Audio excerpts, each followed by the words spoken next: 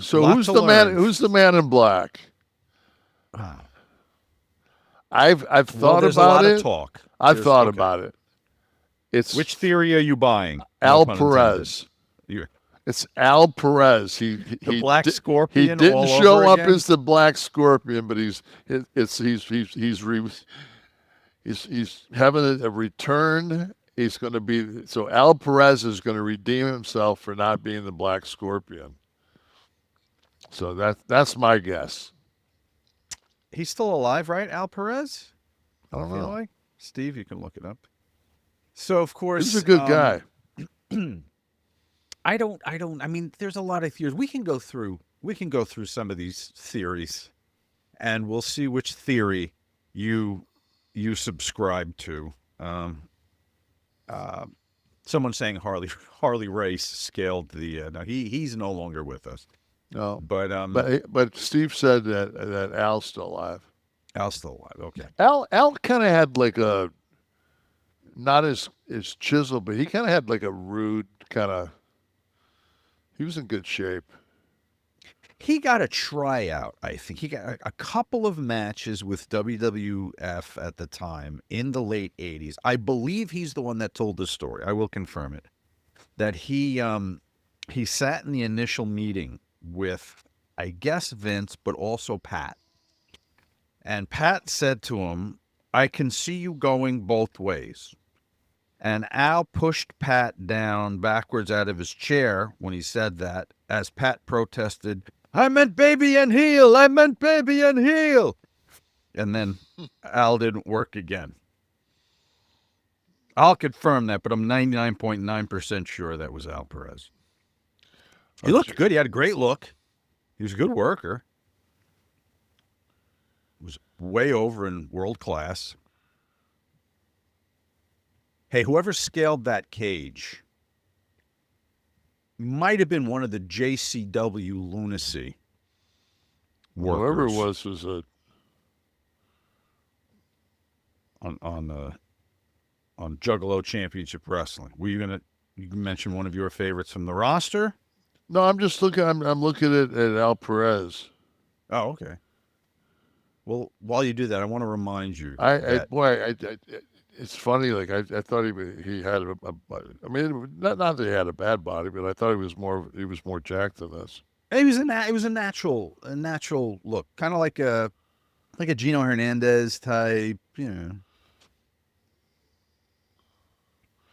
Yeah, if I asked you what pro wrestling's longest running national independent federation was, currently Juggalos. 27 years, you would have gotten that correct. Juggalo Championship Wrestling, JCW Don't make Lunacy. me go get my JWO jersey. That's I sweat you so much for having that. I'm gonna have to have Joe make me one. No, you don't get. You gotta go. You gotta be at the fucking at the No, not gat. JWO. I'll get a JCW one, but I haven't earned the JWO one You gotta go. naturally. You gotta go to the gathering. Go on at 4 a.m. Who's the masked man? Al Perez. He's old. Do I you looked him think up. I saw in modern day Al Perez. He's do you think that there's do you think that whoever came out and did scampered into the ring? Listen, it had to be somebody agile enough to do this in, you know, 10 or 15 seconds or whatever the hell it was and get I out was of more there. impressed with the descend than I was the ascend. The descend was great. Yeah, and fast and scary, the height And of this. everything I was paying attention to and that. everything was spot on. Everything Hmm. looked the stomp looked like Seth's stomp. Hmm. I mean his build was similar The to size was, Seth's. yeah, the size was believable. Yeah, I mean so everything you know. I don't know. I mean the fact that they didn't cover it on Monday, except for that small backstage when Pierce talked to Heyman and Brock, and Pierce asked Heyman if he was involved in that, and they said he wasn't. Uh, Hmm. I'll tell you one thing I'll say about the watching the two War Games matches is the only way that really works is for it to be the heel's advantage. I think. I think that having the heels, you know, five on four before like Roman came down. Right. I think that is always, and I'm pretty sure. I think I've done three of those war games. We used to always do it in Winston Salem for some reason, but But in this instance, Kevin, why did we need the war games for the way it was executed? Couldn't it have just been a Survivor Series match?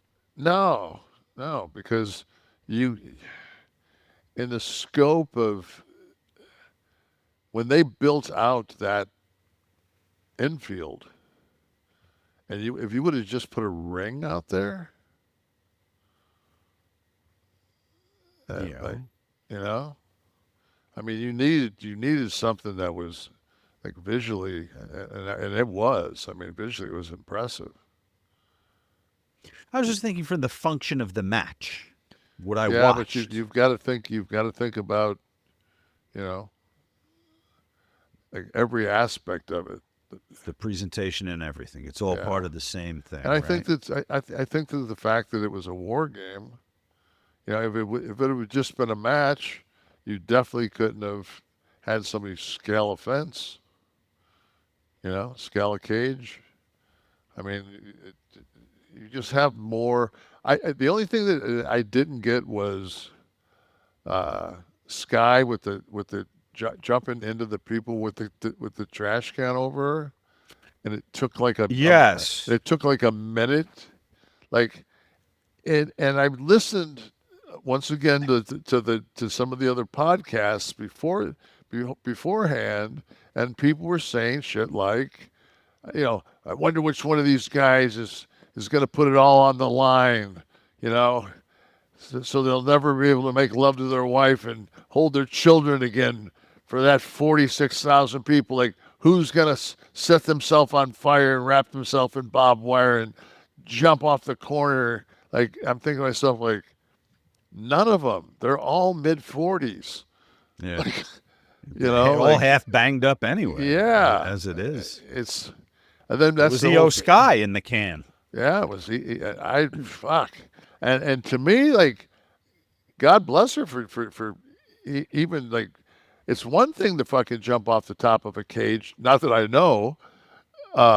In my mind, though, I'm thinking like, fuck. I remember the first time I jumped off the top turnbuckle. You go 7 feet on top of that, and you're like, fuck, that's a long way down there.